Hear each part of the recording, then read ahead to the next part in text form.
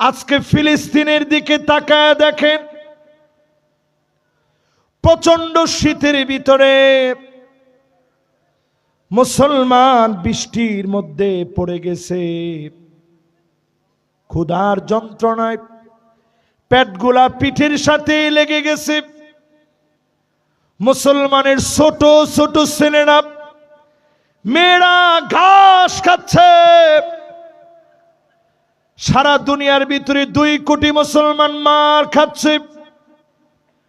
20 কোটি মুসলমানের মাথার উপরে ছাদ নাই, শরণার্থী হয়ে গেছে। এরপরেও যদি আপনার দিলে দাগ না কাটে, এখনো যদি নামাজের দিকে না আসেন, আল্লাহর কসম, যিনি অচিরে আযাব দিয়ে ধরবেন তিনি কে?